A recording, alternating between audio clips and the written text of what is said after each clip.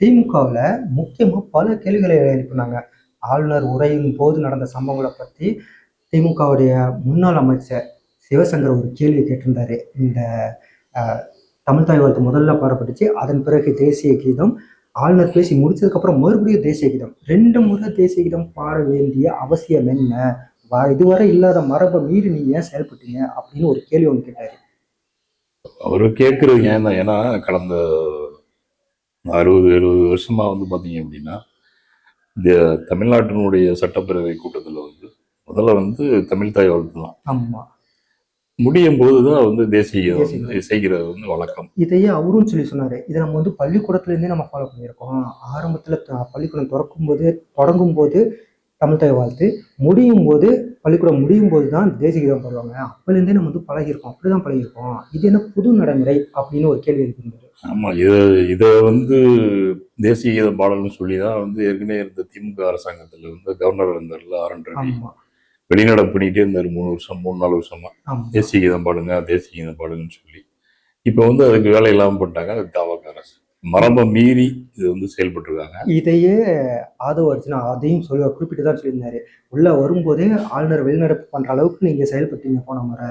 நாங்க அந்த மாதிரி பண்ணல. ஆளுநரை சமாளிச்சு அவங்க எங்களுக்கு கூட இணக்கமா இருக்கிற மாதிரி நாங்க வந்து பண்ணி வச்சிருக்கோம் அப்படிங்கிற ஒரு பதிலையும் அவரே சொல்லியிருக்காரு. அதுக்குள்ள இன்னும் ஒரு சில விஷயங்கள் என்ன ஒளிஞ்சிருக்கு அப்படின்னா, ஆளுநரை வந்து நாங்க வந்து சமாளிச்சு அந்த உரையெல்லாம் படிக்க வச்சுட்டோம் அப்படின்னா, ஆளுநர் யாரு? பாஜக அரசனுடைய பிரதிநிதி, நேரடி பிரதிநிதி. ஸோ அவரை நீங்க சமாளிக்கிறீங்க அப்படின்னா பாஜகவுடைய அஜெண்டாவுக்கு நீங்க கட்டுப்படுறீங்க அப்படின்னு தானே பொருள். அது அதனாலதான் வந்து திமுக இருக்கவங்க இவங்க பாஜகவோட பி டீம் அப்படின்னு சொல்லி கள்ள உறவுல இருக்காங்க அப்படிங்கிற வார்த்தை பயன்படுத்துறாங்க. ரொம்பதான். அதாவது கிட்டத்தட்ட சிஎம் விஜய் மேல வந்து இந்த கரூர் கேஸ் வந்து இருக்கு. ஆமா, சிபிஐ கேஸ் இருக்கு. அது எலெக்ஷன் முன்னாடி பயங்கரமான விசாரணைகள்லாம் போயிட்டு இருந்துச்சு. இப்ப அந்த கேஸ் என்னாச்சுன்னே தெரியல.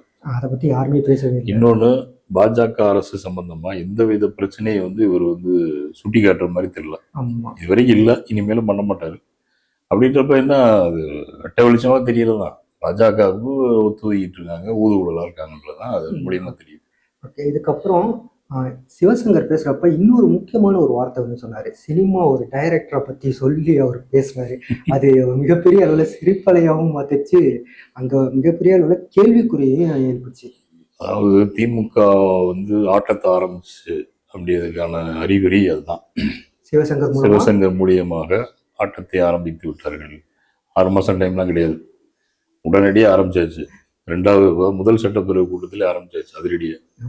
திமுகவை பொறுத்தவரை எதிர்கட்சியா இருக்கும்போது பயங்கர உக்குரமா இருப்பாங்க. அது எல்லாத்துக்குமே தெரியும். அது அவங்களே கூட பல முறை சொல்லியிருக்காங்க.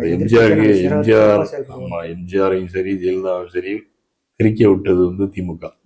அதே நிலைமை தான் இப்போ வந்து நம்ம தவேகாவுக்கும் ஏற்படும். அதனுடைய ஒரு முன்னெடுப்பு தான் வந்து சிவசங்கர் மூலியமா திமுக வந்து அவங்களுடைய வேலையை வந்து ஆரம்பிச்சிட்டாங்க. அதனாலதான் வந்து அதாவது சினிமாவிலிருந்து வந்தவர் விஜய் அப்படின்னால சினிமா வச்சே கலாச்சது. அதுக்கு அமைச்சர் சொன்ன பதில் தான் ரொம்ப ஒரு முக்கியத்துவம் வாய்ந்ததா இருந்துச்சு. ஆமா, ஒரு அமைச்சர் வந்து இப்ப சட்டப்பேரவைக்கு அட்லிக்கு என்ன சம்பந்தம் இந்த மாதிரி கேட்டாப்ல. அதுக்கு தான் நான் அட்லியும் பத்தி பேசுவேன், சட்னியும் பத்தி பேசுவேன்னு வழக்கம் கொடுத்தாரு அவரு. அது எதுனா வெறுப்பேத்துறது, எல்லாம் ஆளுங்கட்சியை வந்து வெறுப்பேற்று. இன்னொன்னு, அதுல சட்டப்பேரவை கூட்டத்தில் நேற்று நடந்ததுல ஒரு 2-3 அமைச்சர் 4 அமைச்சர் பேசுறாங்க. அது அதிகமா பேசுறது ராஜ்மோகன், அவர் பட்டிமன்ற பேச்சாளர் அப்படின்றதுனால எதுக்கு எடுத்தாலும் அவர் மைக்க பிடிச்சிட்டு மைக்க விட மாட்டாரு. அதுக்கப்புறம் ஆதவ அர்ஜுனா வந்து சில விளக்கம் கொடுக்குறாரு. அந்த விளக்கத்துலதான் பிரச்சனை ஆச்சு. சிவசங்கருக்கும் நம்ம ஆதவ அர்ஜுனாவுக்கும் பிரச்சனை ஆச்சு. உள்ளுக்குள்ள சட்டசபையில ஒரு சின்ன ஒரு பிரச்சனை வந்த மாதிரி ஒரு தகவல் வெளியே வந்துச்சு.